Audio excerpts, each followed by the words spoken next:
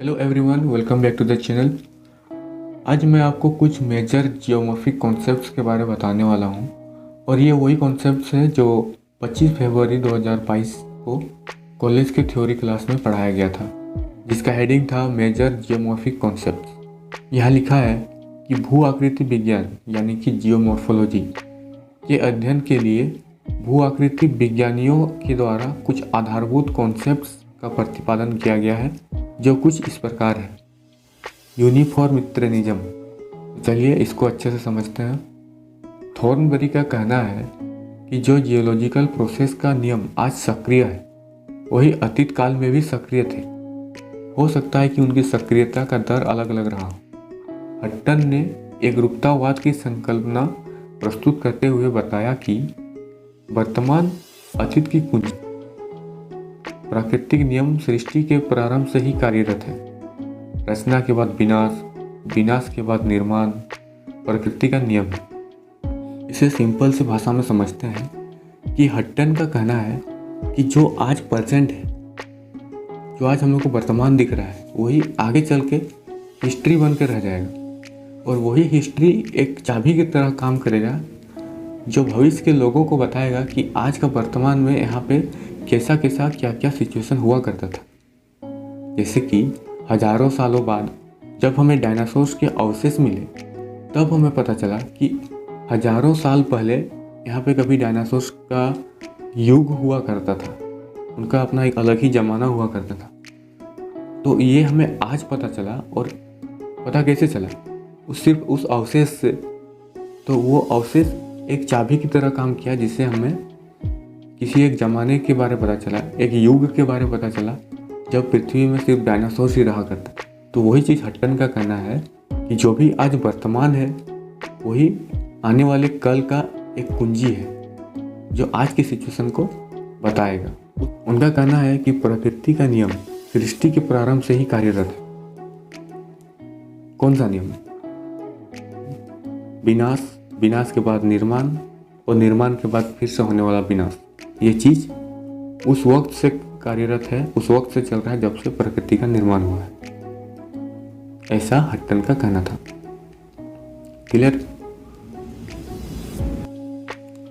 Major geological concepts में से अगला कॉन्सेप्ट है स्ट्रक्चरल कंट्रोल।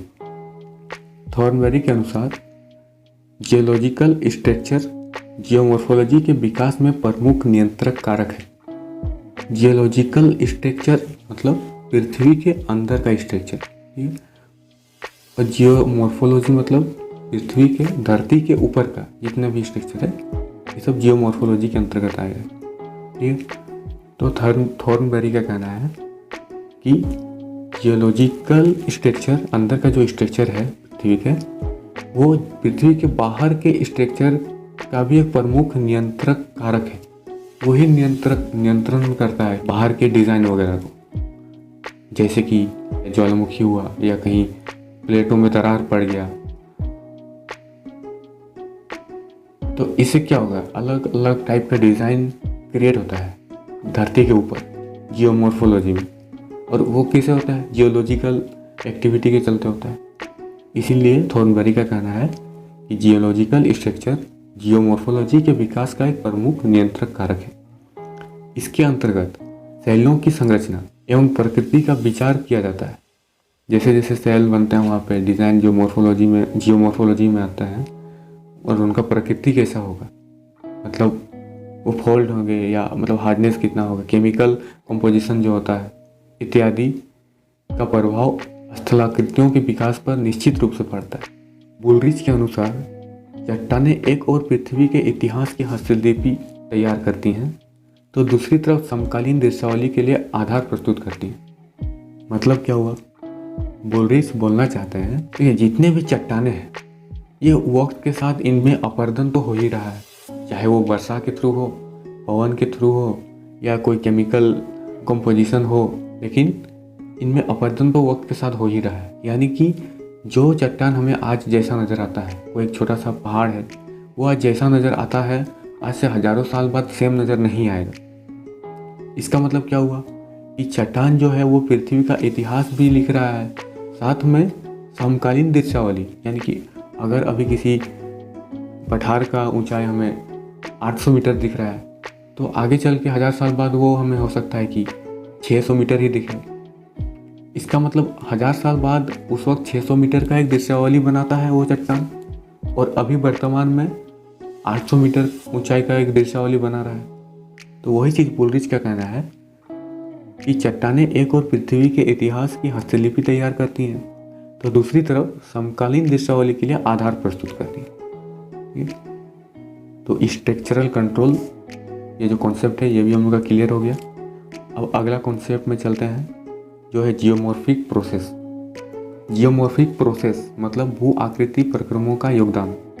धरातलीय उच्चावचों का विकास विभिन्न भू आकृतिक प्रक्रमों से हुआ है। डेविस ने भी उच्चावचों के विकास में प्रक्रमों को एक प्रमुख कारक माना है।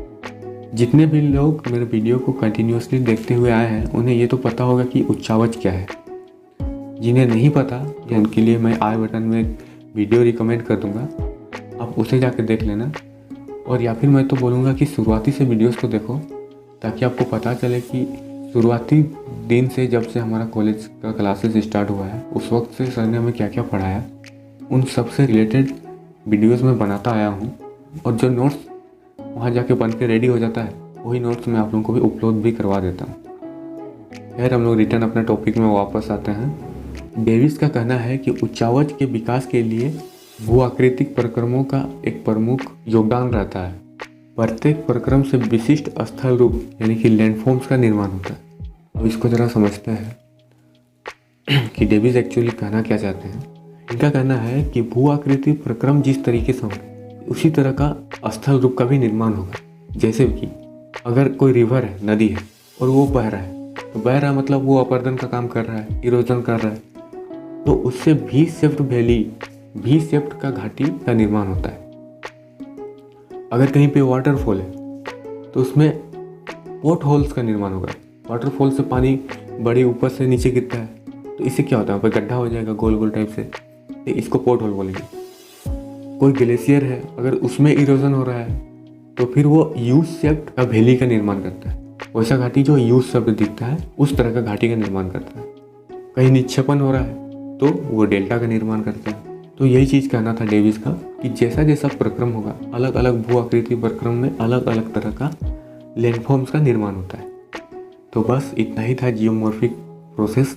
अब इससे अगला पॉइंट को समझते हैं। अगला कॉन्सेप्ट है जियोमॉर्फिक साइकिल। जियोमॉर्फिक साइकिल मतलब भू आकृति चक्र। इसमें लिखा है कि टोपोग्राफिकल एवोल्यूशन में साइकिल कॉन्सेप्ट का विकास डेविस के द्वारा किया गया। टोपोग्राफिकल एवोल्यूशन मतलब उच्चावचों में जो एवोल्यूशन होता है उसके बारे में बात हो रहा है कि उसमें होने वाले परिवर्तन को ये जो साइकिल कॉन्सेप्ट का नाम दिया गया ये डेविस के द्वारा दिया गया है। नेक्स्ट सेंटेंस है, जिन्होंने ही मानव जीवन के विभिन्न अवस्था को धरातलीय गठन में बांटकर प्रत्येक स्टेज में किस प्रकार की आकृतियां बनेंगी इसके बारे में वर्णन किया है। देखिए एक नोटिस करने वाला पॉइंट है, यहाँ पे ही के थ्रू जोर दिया जा रहा है कि डेविस ही वो वैज्ञानिक हैं जिन्होंने मानव जीवन के विभिन्न अवस्था को धरातलीय गठन में बांटकर अलग अलग स्टेज का उदाहरण दिया था, जो भी हम आप लोगों को समझाने वाले हैं। मानव जीवन को मुख्यतः उन्होंने 3 हिस्से में बांटा। पहला, इंसानों का जो बचपन होता है यानी कि चाइल्डहुड। तो बचपन में बच्चे बड़ी शरारती होते हैं और उथल पुथल मचाए रहते हैं, उन पे जोश बहुत ज़्यादा रहता है, तो इसी को फर्स्ट नंबर में रखते हैं। और उनका कहना है कि जब भी कोई एक्सोजेनेटिक प्रोसेस हो रहा होता है तो उसका फर्स्ट स्टेज जो होता है वो बहुत ज़्यादा जोश के साथ काम करता है। जैसे कि कोई नदी है, अगर वो जहाँ से शुरू होता है तो उसका शुरुआती हिस्से में वो बहुत ही ज़्यादा जोश के साथ चलता है, बहुत ही ज़्यादा जोश के साथ अपर्दन करने का कोशिश करता है। तो ये था फर्स्ट पॉइंट। सेकेंड पॉइंट में जब इंसान थोड़ा यंग हो जाता है, यंग एज में आता है, तो इंसान थोड़ा समझदार होता है, मैच्योर होने लगता है और वक्त के साथ उसकी एक्टिविटी जो है वो थोड़ा सा शांत हो जाता है, शांतिपूर्वक काम करता है। ठीक वैसा ही जब नदी का भी यंग एज वाला सिचुएशन आ जाता है तो वो भी अपर्दन की प्रक्रिया को थोड़ा घटा देता है। जैसे वो नदी शुरू हुआ था उस वक्त जितना स्पीड के साथ वो गिरता था, जिस स्पीड के साथ, जिस जोश के साथ अपर्दन करता था, वो जोश थोड़ा घट जाता है और धीरे धीरे अपर्दन को करता है। अब आते हैं थर्ड स्टेज में। जब इंसान ओल्ड हो जाता है, बूढ़ा हो जाता है, तब उसमें उतना ताकत नहीं रहता है, वो किसी तरीके से अपना ज़िंदगी जीता है, आराम से एकदम शांत भाव से ज़िंदगी जीता है। ठीक वैसा ही नदी, इसका प्रोसेस भी है अपर्दन के मामले में कि जब वो बूढ़ा हो जाता है, यानी कि जब वो समंदर से मिल रहा होता है लास्ट सिचुएशन में, तो नदी में भी उतना जोश नहीं रहता है कि वो बड़े बड़े चट्टानों को तोड़ते मरोड़ते हुए आगे लेके जाए, बल्कि वो अपने साथ जितने भी मिट्टी वगैरह जा रहा होता है सबको साइड में इकट्ठा करते हुए समंदर में मिल जाता है, और जिससे कि डेल्टा का निर्माण होता है। तो यही चीज़ डेविस का कहना था कि प्रत्येक स्टेज में अलग अलग प्रकार की आकृतियाँ बनेंगी। इसके अलावा पेंग थॉर्नबेरी ने भी साइकिल ऑफ इरोजन के विचार को स्वीकार कर कहा कि धरातल की विभिन्न बनावट अपर्दन और निक्षेपण से हुआ है और यह प्रोसेस चक्रवार चलता रहता है। अब यह है last point, dynamic system. Dynamic system यानी कि गतिक तंत्र। यह लिखा है कि पृथ्वी सदैव गतिशील रहती है, अतः यह एक डायनेमिक सिस्टम है। कोई भी चीज़ अगर हमेशा गतिशील रहता है तो उसको डायनेमिक सिस्टम बोला जाता है, गतिशील प्रणाली के अंतर्गत आता है। इसी कारण यहाँ प्रतिपल परिवर्तन भी होता है। कुछ परिवर्तन बहुत मंद गति से होते हैं जिसका प्रभाव धरातल पर बहुत लंबे समय में पाया जाता है, तो कुछ परिवर्तन बहुत ही तीव्र गति से होते हैं। धरातल पर परिवर्तन का कार्य निरंतर होता रहता है, जिसमें निर्माण के बाद फिर विकास, विकास के बाद विनाश और फिर विनाश के बाद पुनः निर्माण शामिल है। तो बस यही कुछ मेजर कॉन्सेप्ट्स थे जो 25 फरवरी को सर के द्वारा बताया गया था, और जितना मुझे समझ में आया वो चीज़ हम आपको समझा दिए।